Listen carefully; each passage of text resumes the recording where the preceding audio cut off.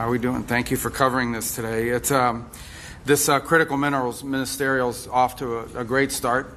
We have 55 partners that we're hoping to enter into collaboration with. Many have already signed on, and the goal here is very simple. We all understand that having a reliable global supply chains and critical minerals and processed and finished materials are critical to everything we do. As I pointed out in my opening statements to the group, and I think this is a broader mistake made by the industrialized and developed world, as we all sort of fell in love with the design of these things, but forgot that in order to design something, you have to be able to build it, and in order to build it, you have to have the fundamental materials necessary to make it with.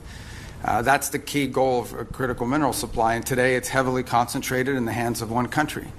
And that lends itself to, at worst case scenario, being used as a tool of leverage in geopolitics, but it also lends itself to any sort of disruptions, like a pandemic or anything that could, political instability, or anything that could happen. And so it's key and important, and I think there's a growing global recognition that we need to have supply chains for critical minerals that are reliable and diverse across the world. Some countries have a number of critical minerals that they have available to them in terms of mining, but just haven't been able to do it because a foreign competitor will come in, they'll gut the price, they'll undercut it through state subsidies and unfair practices, and so it becomes economically unviable to be able to explore for critical minerals. In other cases, it's the processing. Again, falls victim to the exact same thing. The private sector can't invest in these things because some competitor will come in and they'll basically do it under cost for purposes of establishing market share dominance. And then once they control that industry and they're the only ones in the world that do it, then they can charge you anything they want, but they can also use it against you as leverage, or it could be disrupted if there's any sort of global disruption and so forth. And this is not a sustainable situation.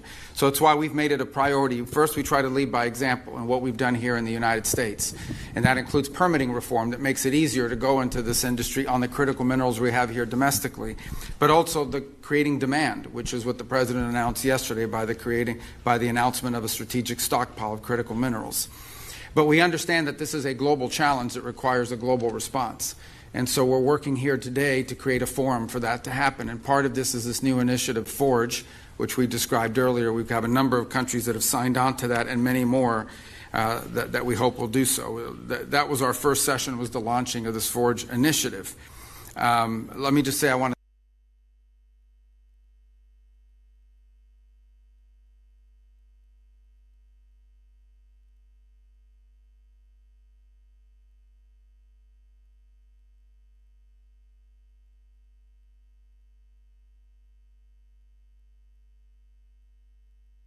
today.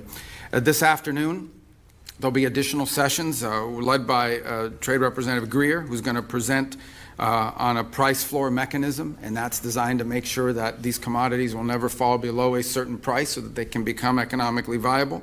The idea is to protect people's investments or investments in these sectors across the world. They'll hear from Secretary of Energy Wright. They'll hear from the Development Finance Corporation. They'll hear from the Ex-Im Bank. They'll hear from the Department of War. They're going to showcase financing tools and programs for critical minerals investment. And then Treasury Secretary Bessent is going to close out later tonight, the ministerial, or later this afternoon. We're planning to sign new critical minerals frameworks with several partners later today. And I want to just highlight again, this is really a historic gathering and highlights the billions of dollars the United States government has already committed towards this endeavor, and that's going to enable private sector investment towards creating reliable supply chains that are vital, as I said, to technological innovation, economic strength, and also national security. So we thank you again for covering this, and we're grateful for all of our partners that are here today. And as I said, 55 partners, 54 countries in the European Union are here. And we think there are many more countries that are going to be interested in joining this initiative as it moves forward. And I think our team here did a great job of pulling this together. And, of course, the day's not done. All right, let's get to your questions. And I apologize ahead of time. I know I did like a 2.5-hour press briefing late. I can't do that today because they need this room for the family photo. So they have to have us clear out so they could set that up. Okay, so, Tommy, you're going to call people just because if not, they'll get mad that I didn't call them. So they'll blame you. Yeah, all right. First question, Alex Salvi from Newsmax. Good morning, sir. The United States has a vested interest now in the critical minerals inside of Ukraine following last year's agreement. We know that the United States this week is monitoring and hosting, of course, trilateral talks between Kyiv and Moscow. And while there does seem to be a framework, at least when it comes to security guarantees, when it comes to any territorial disputes, there does not seem to be much movement one way or the other. Is there any progress being made on that front, and do critical minerals play into those conversations? And separately, sir, if I could also ask about the New START treaty with Russia that expires tomorrow. Yeah. I don't have any announcement on New START right now. I think the president will opine on it later. Obviously, you know, the president's been clear in the past that in order to have true arms control in the 21st century, it's impossible to do something that doesn't include China because of their vast and rapidly growing stockpile. On the question of the talks, they're today and tomorrow in Abu Dhabi. Look, the good news is that for the first time in a very long time, we have technical military teams from both Ukraine and Russia meeting in a forum that we'll also be involved with, and our experts, Steve Woodcock and Jared Kushner will also be attending for part of that, and we think that's important. And look, I don't want to say talks alone are progress, but it's good that there's engagement going on. I would also caution everyone that on things like this, because there's a lot of sensitivities involved in it, progress is probably not going to be known, even via leaks, until we really have a breakthrough. Our goal is to remain committed. We've committed a year to this. We think we've made real progress. If you look at the checklist of open items that existed at this time last year and the checklist of open items that remain now in terms of reaching a peace agreement between Ukraine and Russia, that list has been substantially diminished. That's the good news. The bad news is that the items that remain are the most difficult ones. And meanwhile, the war continues. So all I can say in that regard is that we are investing at a very high level, a substantial amount of time and energy to this endeavor. We are going to continue to do everything we can to see if there's a breakthrough. And one of the things to understand about ending armed conflicts is oftentimes it looks totally hopeless until you have this breakthrough that sometimes is unforeseen. That was certainly the experience with Gaza, where a lot of people thought that was a hopeless situation, but we kept pushing and pushing, and then circumstances aligned and made it possible. And obviously, that's what we're going to endeavor to do here as well. As far as critical minerals are concerned, look, that's a part of economic prosperity for Ukraine and its future. This war will end at some point, and when it does, Ukraine needs to be able to harness all of the resources of their country to be able to rebuild it. Ukraine has tremendous economic potential. It is a country that could probably double its GDP in the next decade with the right economic moves, and we certainly think that is a part of an enduring peace.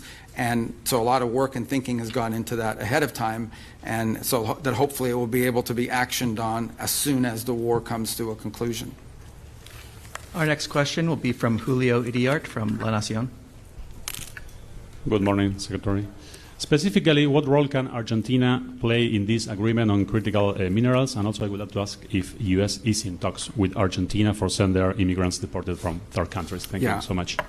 Yeah, on the second point, I would say, look, we have conversations about countries willing to accept third-party nationals, but we don't have any deal or anything lined up. I know it's been the subject of media leaks, and sometimes those are with malicious intent, but certainly Argentina is a great partner across the board, and at the end of the day, we have tremendous faith, confidence in our relationship with President Milei and his team, and he will always act in the best interest of the people of Argentina and the national interest of his country, and so we appreciate that. And on the first point, Argentina is not just has the capability from a natural resources standpoint to be a key partner in critical minerals for the world, not just for the United States, for the world in a way that's good for Argentina.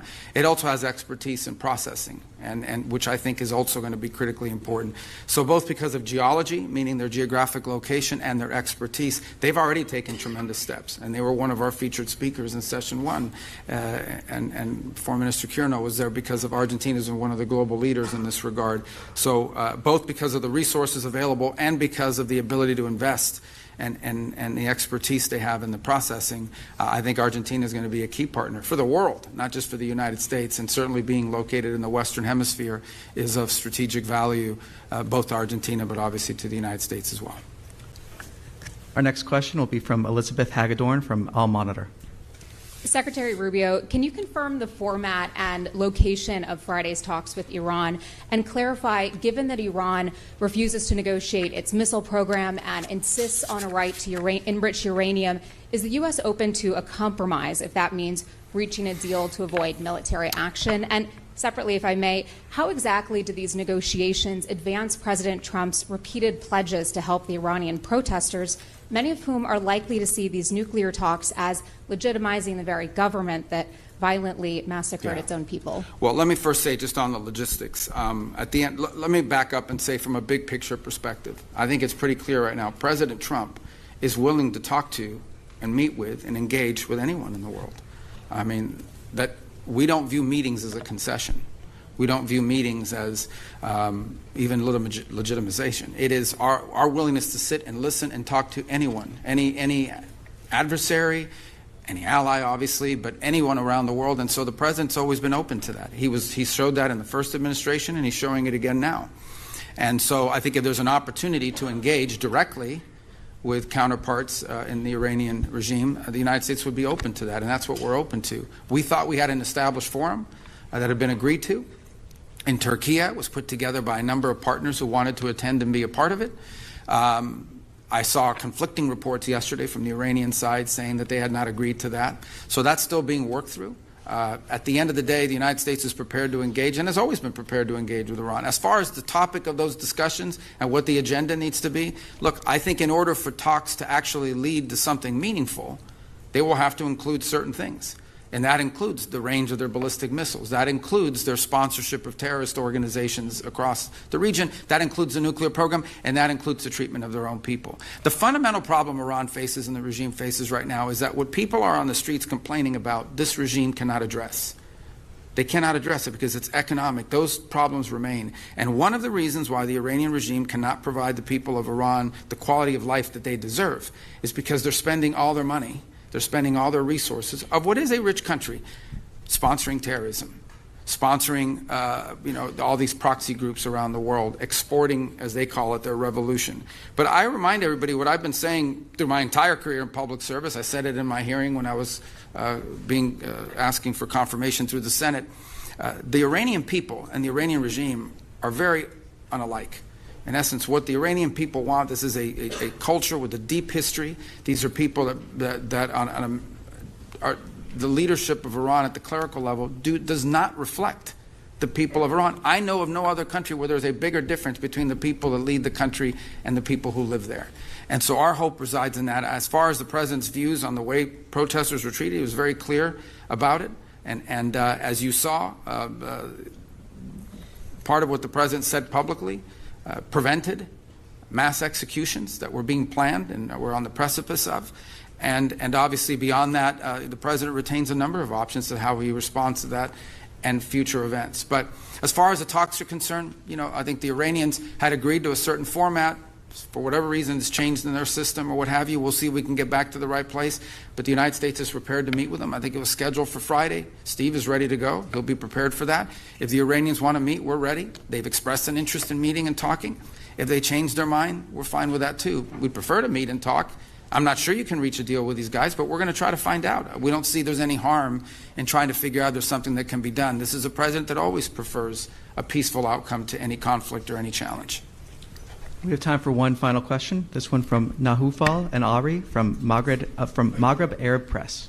Thank you, Mr. Secretary. Nofan Hari, Morocco's news agency. My question is with regard to African countries, including Morocco, who is participating today. Mm-hmm. How do you envision their role in this ministerial and in the forum going forward? Well, again, it's the same. First of all, this, as I've highlighted before, this is an American initiative to bring people together. We want to serve as the convener, but this is a global challenge. There is not a country in the world that doesn't face this challenge of critical mineral supply chains, just from the perspective of trying to grow economically. Okay, everybody wants to be an AI, everybody a center. Everyone wants to advance industrially and technologically. Everyone wants to be able to defend their national security. All of these things, whether it's a cell phone, a computer, a semiconductor facility, or the weapons that protect your country, all of these things have to be built with components. And these components invariably involve critical minerals that don't just have to be mined, they have to be processed. So every country has that interest, to have a global supply of critical minerals, not just the raw material, but the processed material that is usable for an industrial capacity. And Morocco shares that with everybody. Second is, every country in the world has, even though they call it rare earth and critical, and they're not really that rare, every country has some deposits of critical minerals. They're different ones in different parts of the world. And so I think Morocco, like any country in the world, would want to be able to use those natural resources in an environmentally responsible way to develop its own economy. And not just the mining, but potentially moving to the processing as well. And so what you look at is if every country in the world has strategic advantages in terms of what it can mine and what it can process, you want to create a network of countries, as many as possible across the world, where we have a reliable supply of critical minerals. This is critical for Morocco, and they can play a very key role because they do have critical mineral supplies that they can be mining, and that creates economic development. But I also think they have a vested interest, like every country I think does, in having a reliable and diverse supply across the world of processed and finished and refined materials that can be used for economic advancement in a cost-effective way. So I think Morocco plays a key role because of the deposits that it has, but also because of its willingness to invest in processing and its cooperation and being willing to be a part of this global initiative, which it will have to be a global initiative. No country in the world has every critical mineral that's valuable, and so it will rely on international cooperation. That right now you have 90-something% of some of these elements controlled by one nation in one place. And that's just not healthy for the global economy, and it's certainly not healthy for security and stability. So Morocco can be a key part of that, and we're very happy they're here today and seated there at the table with us. So, okay. Thank you. This concludes today's press availability. I apologize. I love doing long press conferences.